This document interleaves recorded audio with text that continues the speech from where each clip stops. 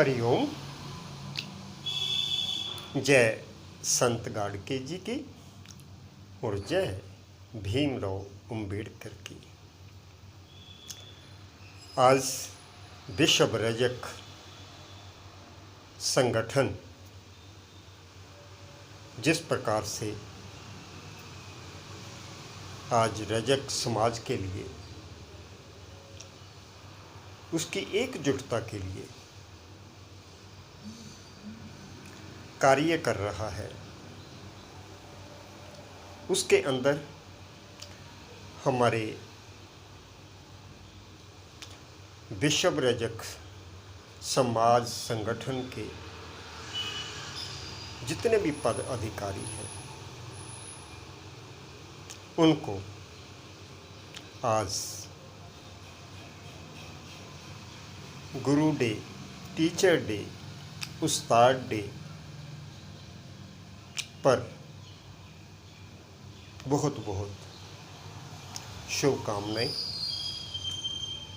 और एक टीचर की भांति, एक गुरु की भांति, एक उस्ताद की भांति बुद्धिजीव वर्ग रजक समाज को एक माला के अंदर पिरोने का जो कार्य कर रहे हैं, उनका यह प्रयास सफल हो, यही मेरी शुभ भावना है। आज के दिन, आज हमारे पूरे भारत के अंदर पूरब से पश्चिम तक, उत्तर से दक्षिण तक, जो जहाँ जहाँ पर भी हमारे रजक समाज के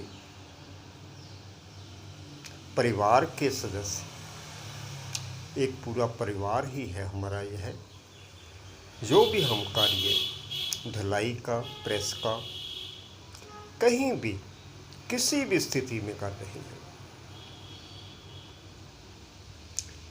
इसलिए संत गाड़के जी का जिस प्रकार से एक हमें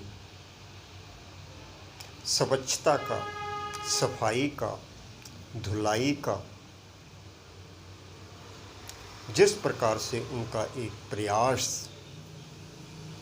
समाज तक की सहमत नहीं रहा, पूरे भारत के लिए एक उदाहरण बन गया था। जिस प्रकार से उस समय, जिस समय बीमारियों ने चारों तरफ से घेरा डाल रखा था, हमारे रजक समाज के बच्चे पढ़ नहीं पा रहे थे, उन्होंने यही सोचकर, देखिए, स्कूलों के बीच में बच्चों को भेजने के लिए हमें उत्साहित किया कि अपने बच्चों को स्कूलों में पढ़ने के लिए, विद्या के लिए, शिक्षा के लिए उनको दाखिल कराएं। पढ़ाई के लिए ही उन्होंने जिस प्रकार से समाज को जगाया कि आज हमारा समाज किस प्रकार से पिछड़ा हुआ है, बच्चे हमारे वैसे की वैसे उसी काम के बीच में लिप्त हो रहे हैं, कपड़े धुलाई के काम में, प्रेस के काम में। उनसे थोड़ा ऊपर उठें, शिक्षा ग्रहण करें और अपने आप को, जब बच्चों को पढ़ा लिखा कर बुद्धिजीवों की तरह उनको भी आगे बढ़ने का मौका मिले और उनको भी जिस प्रकार से सरकारी ऑफिसर, हमारे सर्विसमैन, पढ़ाई लिखाई वाले ही उस समय भर्ती करते थे, उसी प्रकार से उनका भी यह प्रयास था, पुरुषार्थ था। और आज भी यह पुरुषार्थ हमारे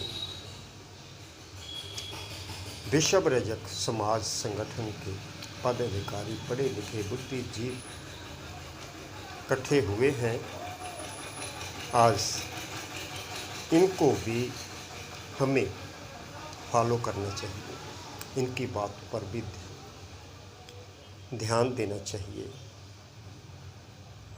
तभी हमारे बच्चे, हमारी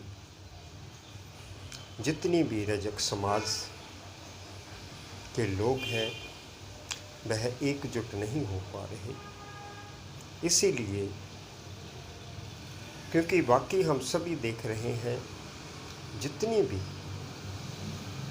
समाज की संस्थाएं हैं, बरादरी हैं, वह तो बहुत आगे बढ़ती जा रही हैं, लेकिन एक हमारा ही रजक समाज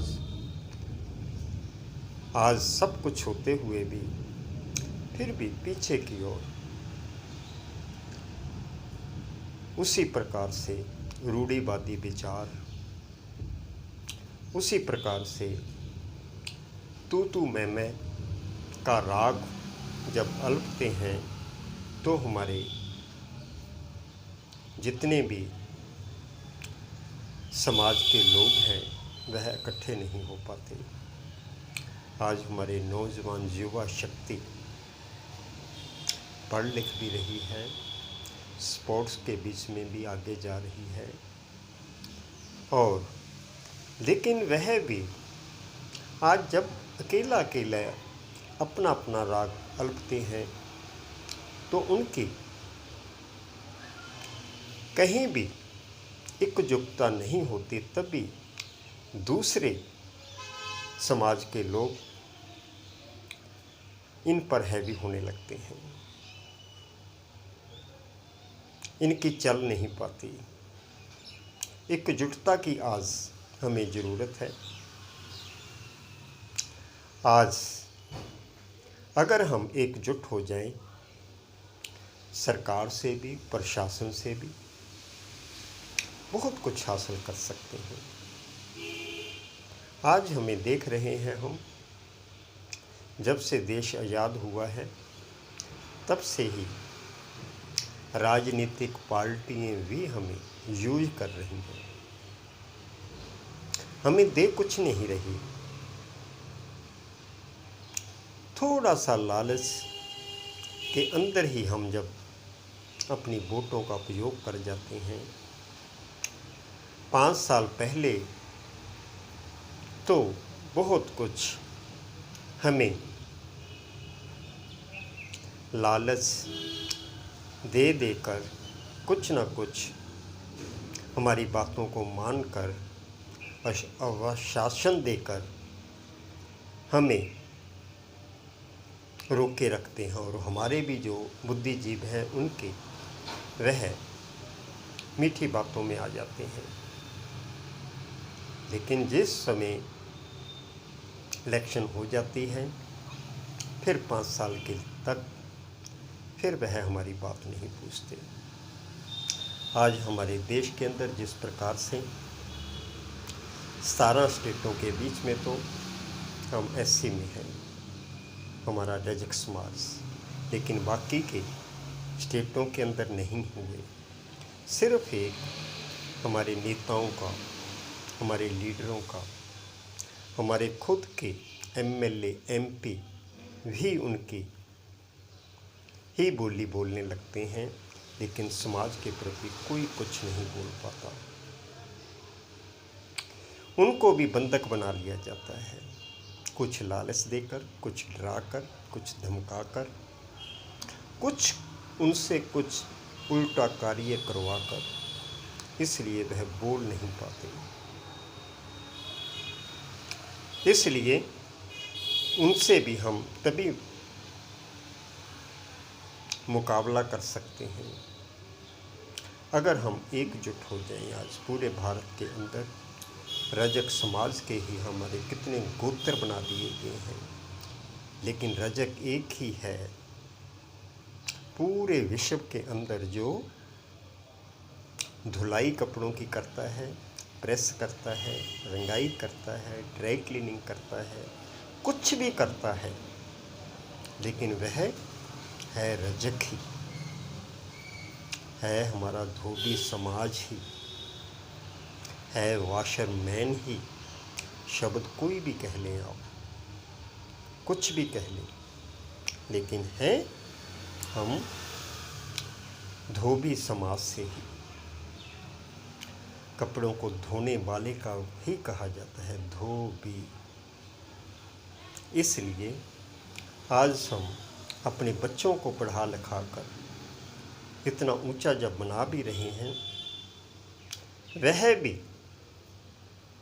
धोबी कहलाने में शर्म महसूस कर रहे हैं। क्योंकि इस समाज के अंदर जब हमारा कोई भी पढ़ लिख कर ग्रेजुएशन पास करके कोई भी ऑफिसर बन जाता है, उस समय उसको भी यही महसूस होता है, मैं अपना गोत्र तो लगा लूं, लेकिन पीछे रजक या धोबी ना लगाऊं। वह फिर कार्य भी समाज का नहीं कर पाता।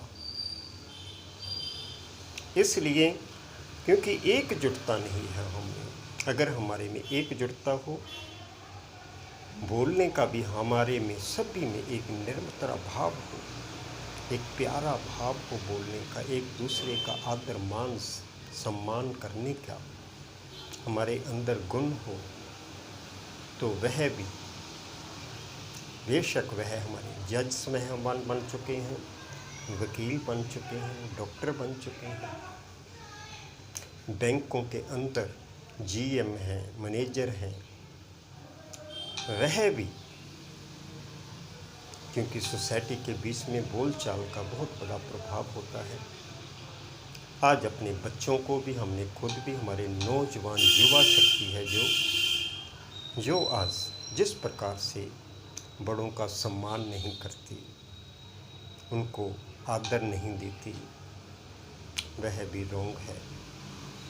आज उन्हें भी बड़ों का सत्कार करना चाहिए, तू मैं नहीं करनी चाहिए। यह अहम है, अहंकार है। इससे परिवार भी टूटते हैं, समाज भी टूटता है। एक प्रेम की, एक प्यार की बोली से ही परिवार भी जुड़ता है, समाज भी जुड़ता है। कभी भी जोश में, गुस्से में आकर कोई भी बात मत करें। समाज के किसी भी सदस्य से, किसी भी पदाधिकारी से अगर बहस करनी है तो दूसरी समाज के लोगों के साथ जो हमें दबाने की कोशिश करती है, हमारे हक मारने की कोशिश करती है, हमें नीचा दिखलाने की कोशिश करती है, उनसे हम एकजुट होकर बहस भी कर सकते हैं और उनसे लड़ाई भी लड़ सकते हैं अपने हक के लिए, अपनी मर्यादा के लिए, अपने मान सम्मान के लिए। इस प्रकार से कभी भी ऐसा कोई कार्य मत करें। हमारे युवा शक्ति जितनी भी रजक समाज की है, और मैं आपका भाई दलबीर चौहान योगा टीचर भी हूँ, योगा इंस्ट्रक्टर भी हूँ, आपसे भी यही एक प्रार्थना भी करता हूँ कि जिस प्रकार भी मेरी जिम्मेवारी आपने लगाई है रजक समाज के अंदर, हमारे रंजीत सर हैं बनारस से, हमारे रज्जू भैया जी हैं महाराष्ट्र बॉम्बे से, और हमारे राजेश जी हैं और सुनील जी हैं, जितने भी यह पदाधिकारी विश्व रजक समाज से हैं, उनको भी मैं यही विश्वास दिलाता हूँ कि विश्व रजक समाज के लिए जो भी आप मेरी ड्यूटी लगाएंगे, मैं उसे ईमानदारी से, निस्वार्थ भावना से, तन से, मन से, धन से, संकल्प से, वचन से उसको पूरा करने का पूरा पुरुषार्थ करूँगा। इतना कहते हुए मैं सभी का एक बार फिर बहुत आज टीचर डे पर धन्यवाद करता हूँ और सभी को नमस्कार करता हूँ। हरि ओम शांति।